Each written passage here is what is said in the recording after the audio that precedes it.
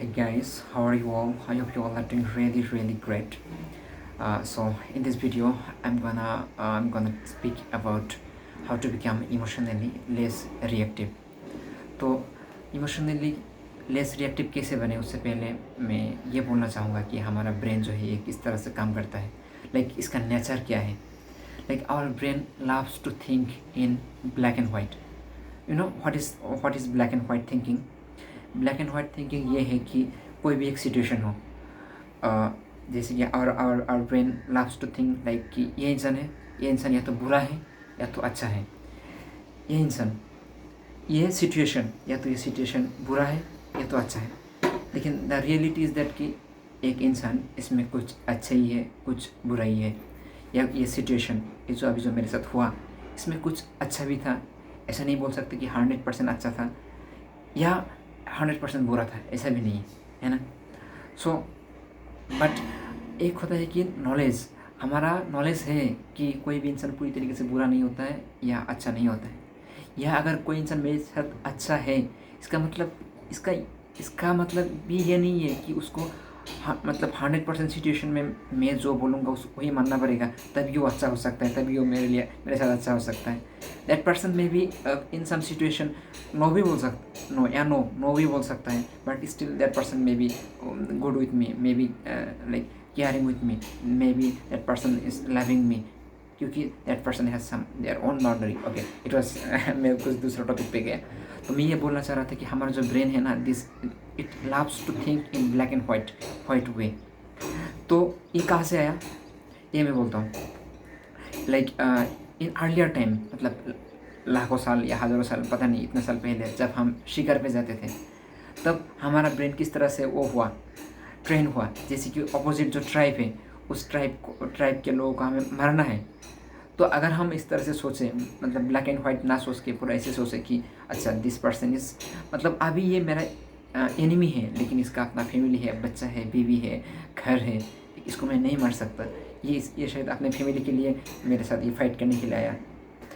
तो हमारा ब्रेन उसको नहीं मार पाएगा ना. हमारा इमोशन, जो अच्छा वाला इमोशन है वो आप बाहर आ जाएगा. एंड देन तो हमारा ब्रेन किस तरह से डेवलप हुआ कि वो जो भी अच्छा चीज़ है उसको स्टॉप करो.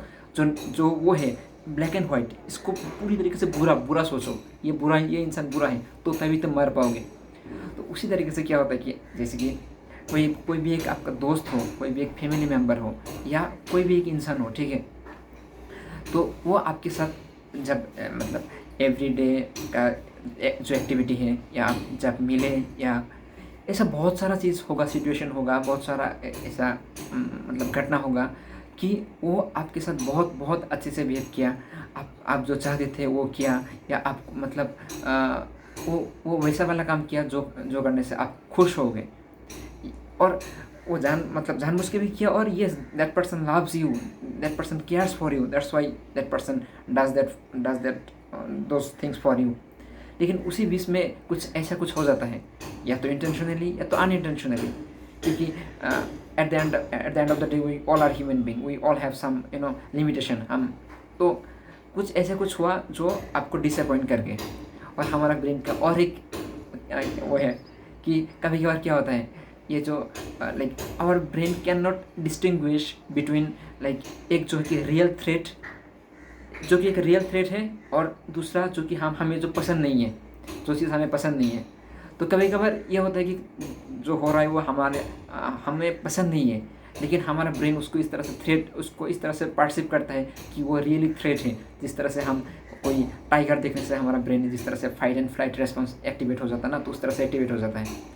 तो इसको हम किस तरह से इससे रिलेट कर सकते हैं. तो ब्लैक एंड वाइट थिंकिंग हमारा तो ऐसा वो है ब्रेन का कि या तो अच्छा या तो बुरा. तो वो इंसान आपके लिए बहुत कुछ अच्छा किया, लेकिन कुछ एक ऐसा वो किया जो कि आपको अच्छा नहीं लगा. और आपका हैबिट है, आपके ब्रेन का, हमारे ब्रेन का, कि ब्लैक एंड वाइट में थिंकिंग करना. तो वो क्या कर रहा है, वो जो भी अच्छा चीज़ है उसको नहीं देख रहा है, जो गलत लगा उसको हाइपर फोकस कर रहा है. और ब्रेन का और एक क्या है कि कभी कभार क्या वो समटाइम या कभी कभार our brain don't able to differentiate between what is the real threat and what is something that we don't like और समथिंग दैट वी डिसलाइक. तो fight and flight response activate हो जाता है. एंड वो इतना क्या बोले पावरफुल तरीके से वो रेस्पॉन्ड करता है, ऐसा लगता है कि पता नहीं क्या हो गया, बट इन रियलिटी ऐसा कुछ हुआ नहीं। तो इसका सोल्यूशन क्या है? इसका सोल्यूशन ये है कि हिम्मत, शो द करेज, कि चीज़ों को जैसा है वैसा देखो। देखने का हिम्मत है, देख सकते हो तुम। अगर जैसा हुआ कि वो इंसान ने मेरे साथ इतना अच्छा चीज़ भी तो किया, हाँ ठीक है, एक या दो चीज़ ऐसा किया जो मुझे डिसअपॉइंट किया, ऐसा है, इसकी वजह से मुझे बुरा लग रहा है, लेकिन क्या मेरे अंदर ये हिम्मत है जो कि ये अच्छा, तो ये अच्छा चीज़ भी तो कर रहा था, क्या मेरे अंदर ठहरने का हिम्मत है? क्या मैं ये अच्छा चीज़ देख सकता हूँ? क्योंकि वो उस वक्त हमें वो देखने का मन नहीं करता है, क्योंकि अगर वो देखेंगे तब तो वो क्या जो फाइट एंड फ्लाइट रेस्पॉन्स है वो तो एक्टिवेट नहीं होगा। अगर fight and flight response activate होता है तो एड्रेनलिन रिलीज होता है, उसमें एक एड्रेनलिन राश होता है, उसमें मज़ा है, वो मज़ा तो नहीं आएगा ना। यू अंडरस्टैंड इसको कैसे करना है? यू हैव टू सी, मतलब उतना करेज होना चाहिए, उतना हिम्मत होना चाहिए कि देखो चीज़ों को जैसा है वैसा ही देखो। फिर पता चलेगा कि नहीं, आपका माइंड आपको मतलब झूठ बोल रहा था। That's not really what happens. हो सकता है कि something happen that disappoints you, but there are so many good things that happens. And ये एक बात है। और एक बात ये भी है कि मतलब खुद को बोलना पड़ेगा कि मेरा ब्रेन जो बोल रहा है कि अभी ये जो fight and flight response activate हो गया, this not because there is something real threat, but something that happens that I dislike. Okay, so और ये सब मैं जो बोला, ये knowledge, this is only knowledge. ये जब आप काम पे लगाओगे, रियल जब आपके साथ घटना होगा, तभी जाके ये बार बार बहुत बार जब करोगे, फिर आपका जो नर्वस सिस्टम है सीखेगा, फिर ये चीज़ें आपके लिए आसान होगा।